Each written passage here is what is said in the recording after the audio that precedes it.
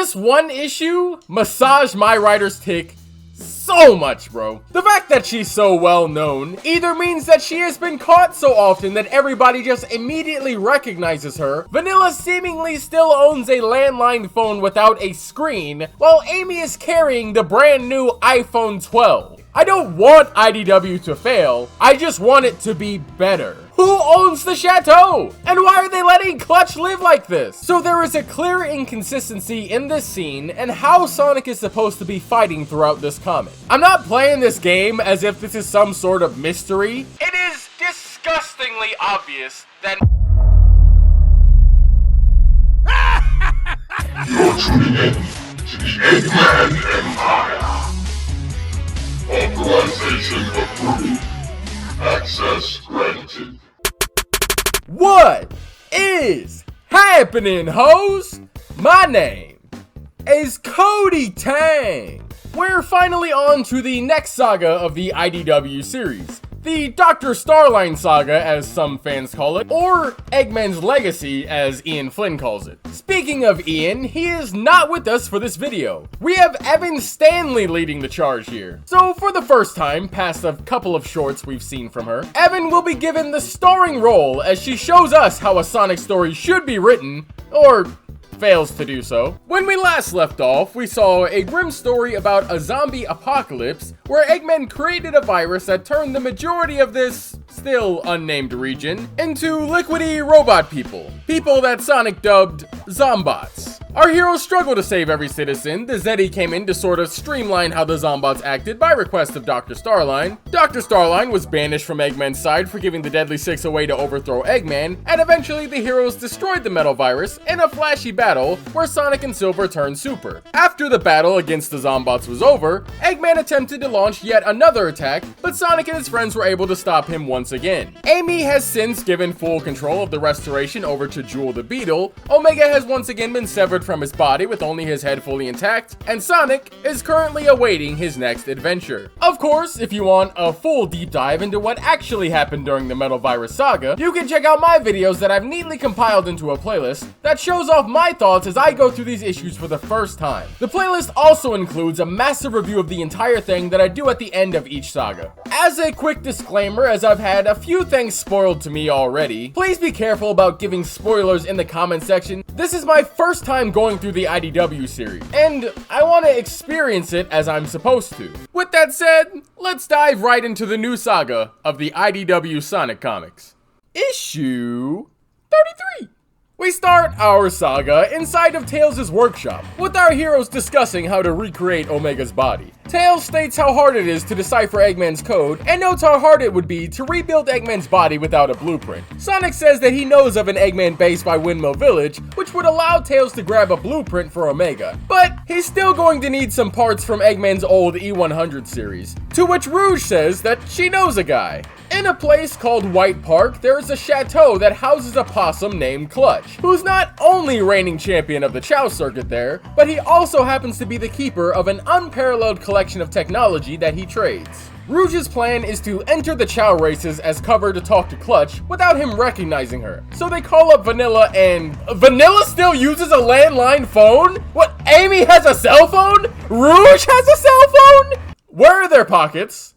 Where are their pockets? Rouge and Amy convince Vanilla to let them take Cream with them to White Park to put cheese in the Chow races, with the added bonus of Tails fixing up Gemerl as well. Meanwhile, Sonic and Tails adventure through the Eggman base in Windmill Village, where a shadowy figure is seen tailing them. We jump back to Amy, and Amy has a car? There are actual roads? Could this be the IDW world building done right arc? As the girls get closer to White Park, well, what is Shadow doing just standing on the highway? He's just standing there as though it's normal, saying, typical. Nigga, get off the street! Shadow is shown to be on a mission of his own, and he leaves, refusing to help the gang. When the girls enter the chateau of White Park, a mysterious stranger can be seen in the background, startled at almost being seen. Omochao announces that the qualification races for the Grand Prix will be starting soon. Surprisingly, some lady just lets Rouge and her whole team skip in front of this entire line of people in order to register cheese. After the race is over, Cheese qualifies for the Grand Prix of the Chow races, and his performance prompts Clutch to meet Rouge. Clutch invites her to his penthouse, stating that he makes it a point to meet all of the new trainers. When Rouge enters Clutch's extremely cluttered penthouse, she notes how bad his house and hygiene is. A classic villain trope. Clutch is stinky and unkempt. The two strike a deal that allows Rouge to take whatever item she wants from the room in exchange for Cheese, if he wins the Chow races. Rouge agrees, and on her way out, she informs Omega that she's not actually going to be giving up the Chow, revealing that she has a plan that she proceeds to tell Omega off-screen. Rouge places Omega's head somewhere inside the penthouse, and as she leaves, the mysterious stranger from earlier reveals himself to her. But we jump over to Chataeu, and then we once again see the mysterious stranger as he's leaving from where he saw Rouge. Chataeu gives chase, but the stranger is able to overpower Chataeu, and he falls off the roof of the chateau. This one issue massaged my writer's tick so much, bro. There's a lot to talk about. It's like watching a movie adapted into a comic. The art is full of expression. There's so much interactivity among every character, civilian, and even the backgrounds. The way the environments are framed, all of the characters, the dialogue, the story setup, and the focus on the characters instead of just letting the plot push everything along. And there's even an actual glimpse at some world building. IDW has decided to actually take the time to carefully set up just one place. So we're kind of learning about the type of people who inhabit the place and what's inside of it, rather than jumping from one destination to the next, only utilizing an area to push the plot along as a set background. This is how you push a plot along. These seemingly casual conversations among each character all actually matter. When you make sure to place your plot with your characters, it allows you to not only develop and flesh out the personalities of these characters, it also keeps the plot moving along in a way that feels believable. Since IDW has made this change, they're now able to set up what these characters want, who they are, and create conflict in between. Even the story itself is more than just the gang being here to see Clutch. We've got Chataeu being sneaky to uncover a secret, the Chow races, Clutch trying to make a personal deal against our heroes, and then a surprise visit from yet another antagonist that Chataeu fights against. Because there's a bigger focus on the characters, we can add in such varied scenes like this because it will all work off how these characters would respond to each situation. All of these things add up to create a believable scenario where we can always feel like we're beside these characters on the adventure with them. This was just so good to read. Everything feels so grounded in this issue. It's like I'm watching a bunch of people who actually exist in this world interacting, and that's how every story should feel. Also, Evan Stanley, good start to Chataeu, hello? Am I witnessing a Chataeu as healing arc? Now, I didn't like how Chataeu openly admitted to wanting to help the girls, and then for some reason he backtracks that thought. Other than that, at the moment, I don't really have a problem with how Chataeu's being portrayed. Let's actually talk about what's going on in this comic though. Isn't it crazy how Tails just let Gemerl stay busted up from their last fight against Eggman? Tails fixed them up real quick when he got Yamcha'd, but when Gemerl only has a few dents, Tails suddenly has no interest. I guess fixing up a few dings is just beneath him. Something that I really enjoyed reading about was this little tidbit about White Park. The fact that somebody there is housing a bunch of old Eggman tech, even having the possibility of housing some E100 series parts. This actually makes sense for the entirety of the Sonic franchise. Eggman has so many abandoned bases and technology that he's just left out in the open for years. So the fact that there are people who make it their goal to salvage things like this makes perfect sense to add into the world. Actually, now that I think about it, if Tails has to go through these great lengths in order to fix up Omega, I'm wondering how exactly Tails has just been able to fix up Gemerl twice now. Once in IDW after he got a hole stabbed through his body, but before that was in Sonic Advance 3. Not only did Tails fix him up, but he also reprogrammed him. Gemerl is another robot made by Dr. Eggman.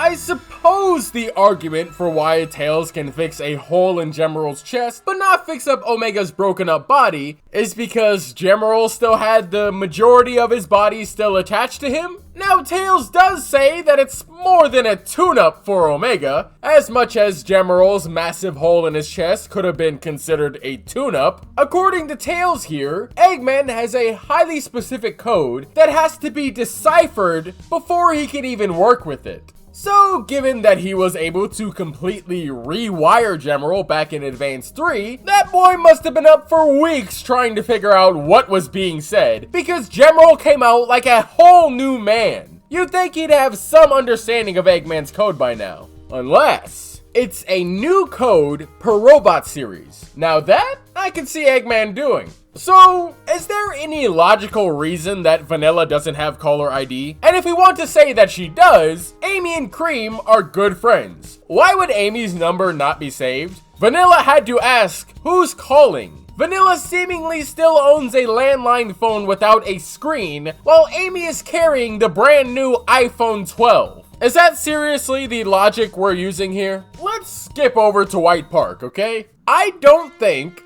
I like that Clutch's Chao is canonically a Chao that looks like Chataeu. There are at least 5 theories you could come up with as to why a Chao would resemble a hedgehog that is not an animal critter type hedgehog. I don't think this was a very smart decision. They should have just made him be a regular dark Chao. It's not that big of a deal on its face, but it also kind of is if you think about it canonically. I don't want to get too in-depth on this, but the fact that it is actually canonically possible to make a hedgehog Chao, the implication for what that means for hedgehogs as a race is fascinating.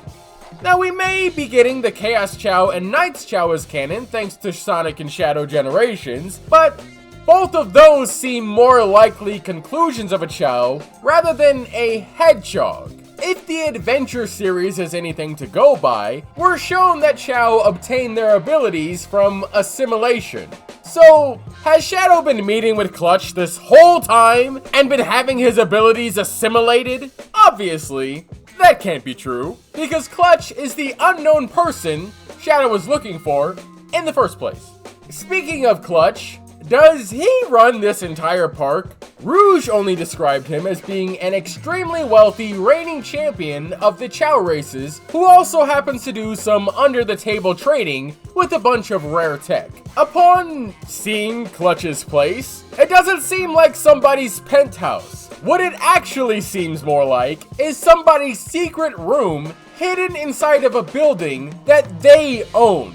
Is this entire park ran by some malicious gang? Everybody seems so friendly and unaware outside of the penthouse. Actually, now that I think about it, even the Chao races seem to be run by just Omo Chao. Are there no actual officials anywhere? In fact, who is running this event right now? Who owns the chateau? And why are they letting Clutch live like this? I just thought I should bring this up about Rouge. I think it's interesting that Rouge thought that the Chao races would hide her reputation. She's also a pretty bad spy if everybody knows her by name and appearance, even when they haven't directly met her yet. How can you go incognito as a worldwide known jewel thief?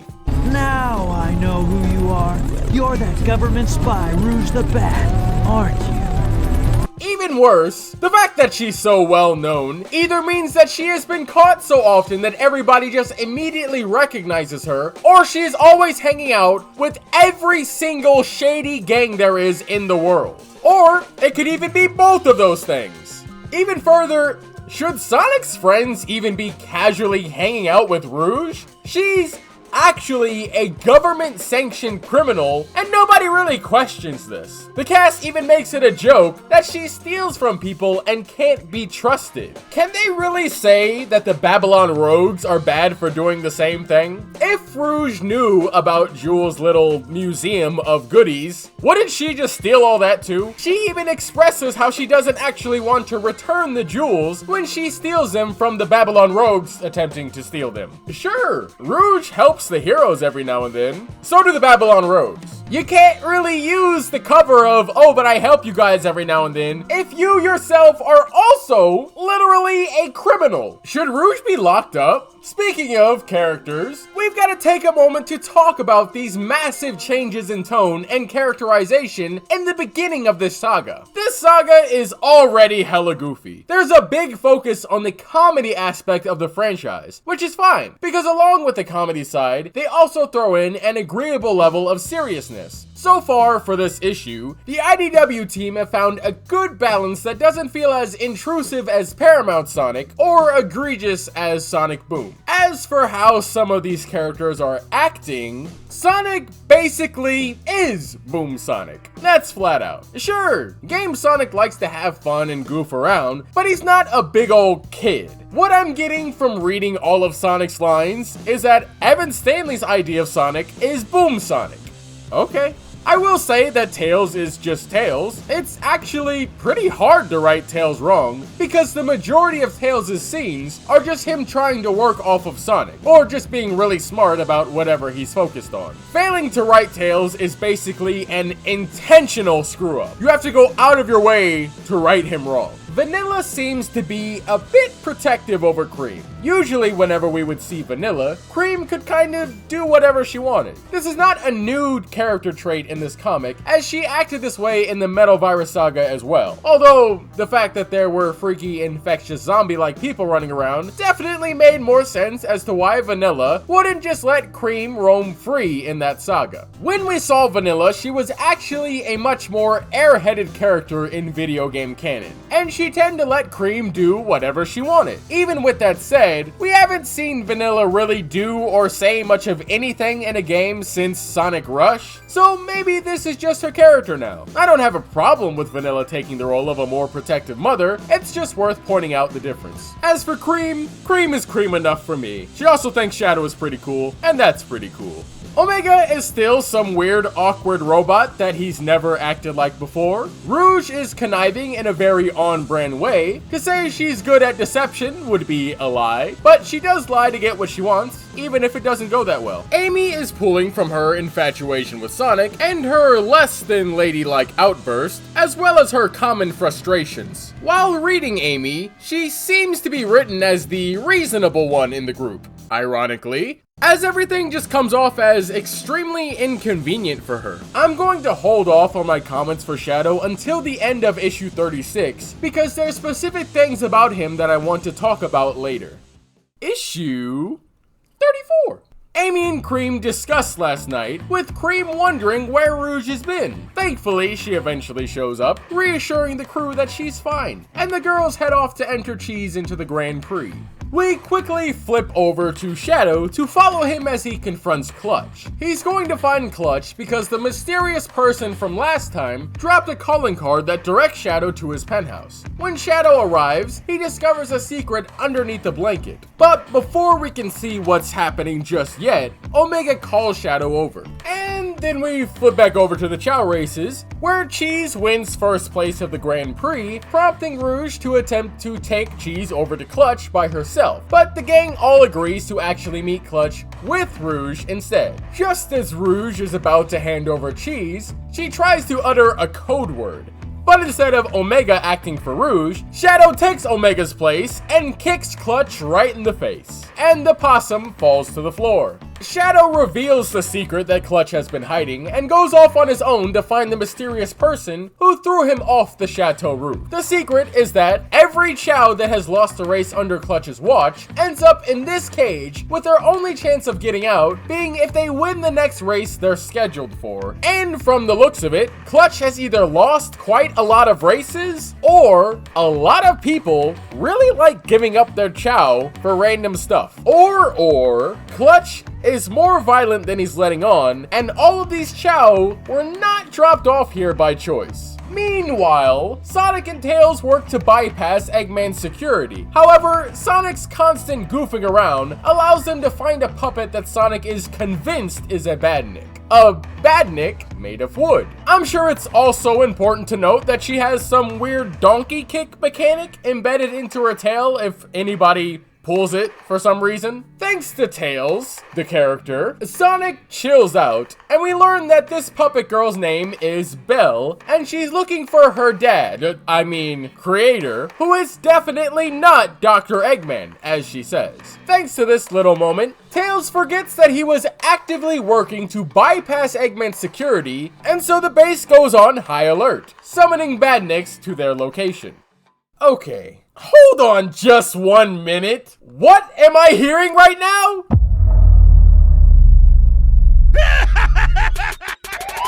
Be sure to subscribe to the channel if you've been enjoying the video so far. You better not leave without smashing that like button. And leave me a comment down below about what you think about the IDW series so far. Or to disagree or agree with something I've said. Now, let's talk about the issue.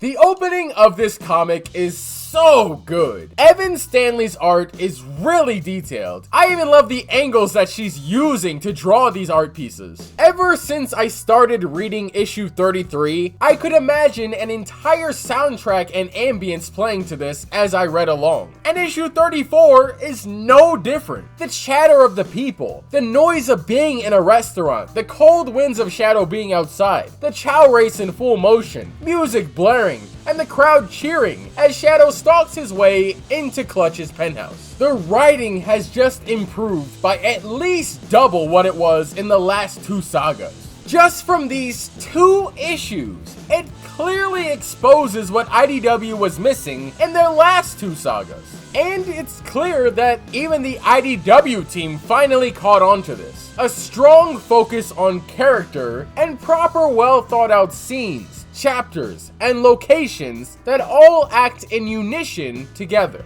These relaxing moments that take their time and build up to the big moments. It doesn't feel forced. It doesn't feel like I'm being dragged by my neck to get to the end of the saga. We're just existing in the world. It's kind of hard to describe, but when you read these 2 issues, after reading the last 2 sagas, there is a very obvious change in how this story is being approached. Personally, I hope that this comic does continue this way. I don't want IDW to fail, I just want it to be better. Speaking of things IDW does correct and wrong, let's talk about Belle. Why the hell would Sonic think Belle was a badnik? When has Eggman ever created a robot made entirely out of wood?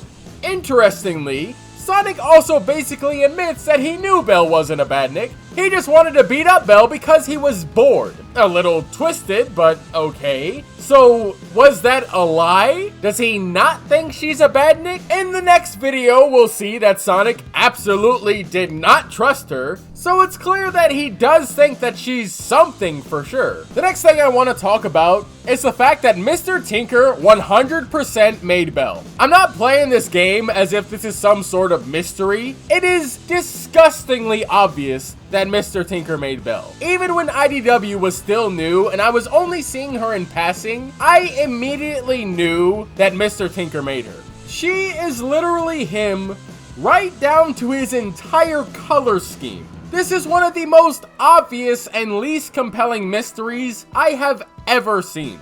If I was ever wrong about that assumption, I'd have a heart attack. I don't know how exactly she falls into the story just yet, or when she was created and then subsequently lost, but it has never been a question for me if Belle was made by Mr. Tinker. I saw her, and I instantly knew. And I'm pretty sure that everybody thought the same thing. If this was supposed to be a mystery and not at all obvious, IDW completely failed at that. However, if that's not supposed to be a mystery, then I'm really curious on how IDW is going to redirect that. So I'm curious to see where Belle's story is going to go, but I'm not really invested in it. So like I said before, Sonic is based off Boom Sonic. The only voice I hear coming out of him is literally Roger Craig Smith. I don't hear Jason and I don't hear Ryan. I specifically only hear Roger's voice as I read through Sonic's dialogue. This entire sequence with Sonic and Belle perfectly displays how Evan sees Sonic. The way that Roger voices Sonic is not like he's a chill, cool guy. Roger voices Sonic like he's one of those matter-of-fact, actually awkward dorks. Just read these pages yourself when you have time. The only Sonic that has ever joked like this was Boom Sonic. Maybe Chataeu Sonic. When I read this, I don't hear Jaleel, I only hear Roger though. We could throw Paramount Sonic into there as well, but that wouldn't be until a year later. Same with Prime Sonic, which is why I say that Evan specifically chooses Boom Sonic. Oh, and Shadow's dipping in and out of his annoying self in this comic. While he quite literally had a reason to say that he didn't kick Clutch for Rouge, him saying that he's going to find a real challenge is just goofy, and he wouldn't say that. IDW had it right the first time. If Shadow feels like what he's doing is his own solo work, him saying that nothing he's doing concerns anybody else is in character. But him almost flat out saying, "I'ma go find the toughest guy here," is just dumb and not something he'd say. Shadow would leave the crew to fight the mysterious stranger. However, if he was going to do this, he would actually first tell the crew that Clutch isn't the only threat here, and then he'd order everybody else to stay in the penthouse to save the child. Which he kind of does do. He just also says something stupid. Shadow is really good at delegation and directing people. He always has been. He doesn't just leave people entirely in the dark once they're all on the same page.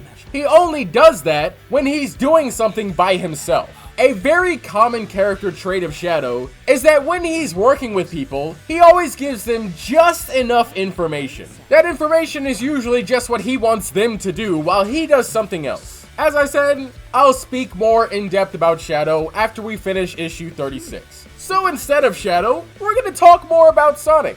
While I do like the fact that IDW are using Batniks and we can have their abilities showcased in a story setting, I find it contradicting how they make Sonic's abilities work in IDW. Sonic says he can't build up momentum without some more space while he's trapped in the room with Tails and Belle. While in the game, Sonic can launch a homing attack from a speed of 0, the IDW series has actually managed to be mostly consistent in what Sonic can and cannot do. In IDW, it seems to be true that Sonic often requires himself to be moving at a certain speed to properly use most of his abilities. So, for example, if he wants to use a homing attack, he needs a running start. If he needs a quick launch, he has to use his spin dash. However, IDW also forgets these rules when Sonic starts fighting somebody one-on-one. Some examples of this are Sonic instantly boosting to stop Shadow when Sonic was at a resting point, which makes sense that Sonic should be able to boost from 0 to 60 in a second. It doesn't line up with the fact that Sonic can't homing attack these Badniks, or at the least,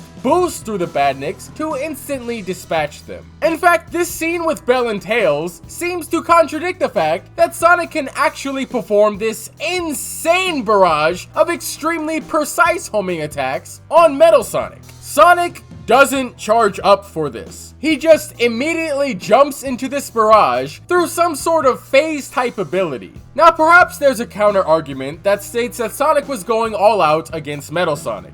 So I would say, it's clear that this barrage did nothing to slow him down, nor hinder his ability to fight Metal Sonic afterward. So even when going all out, that would mean that Sonic isn't even breaking a sweat from his first couple dozen of attacks. What is a consistent thing throughout this comic is that Sonic can use a spin dash to reach speeds higher than what he can naturally accelerate himself into. So at the very least, Sonic should be able to use a spin dash, and through his spin dash, he would garner enough momentum to clear this room. This actually seems to be the exact thing that he did earlier against Zombat Tumble twice. There are a few other instances where Sonic does a homing attack from 0, so there is a clear inconsistency in this scene and how Sonic is supposed to be fighting throughout this comic. I said this all the way back in issue 1. If you don't know what your character can and cannot do, you're going to be extremely inconsistent down the line, which is exactly what we're seeing here. 2 sagas in, and we have seen Sonic fight in various situations, enough times to see that there are clear contrivances. But wait, before you leave, I have one more announcement to make. This is your official invite to the KotyTang Discord server. There will be a link to the Discord below in the description, so please flood in, and I can't wait to see you all there. I don't really have any huge events going on just yet. At the moment, it's just a place where you can all directly interact with me and even each other. It's kind of just the #1 spot for any KotyTang related news, but once you all join in and we start getting settled, I'll be able to start making events and all type of things that we can all enjoy. I might do a little Q&A action on there, but we'll see what happens when everybody joins. And of course, when Sonic Rumble comes out, I'll just be beating all your asses in that live on Discord. I had to cut this video at just 2 issues because there was just so much to talk about, and I'm trying to keep these videos more around that 25-minute mark from now on.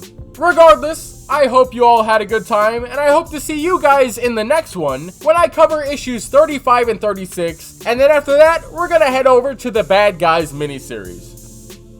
Like, comment, subscribe, follow me on Twitter, hop in the Discord, okay, bye!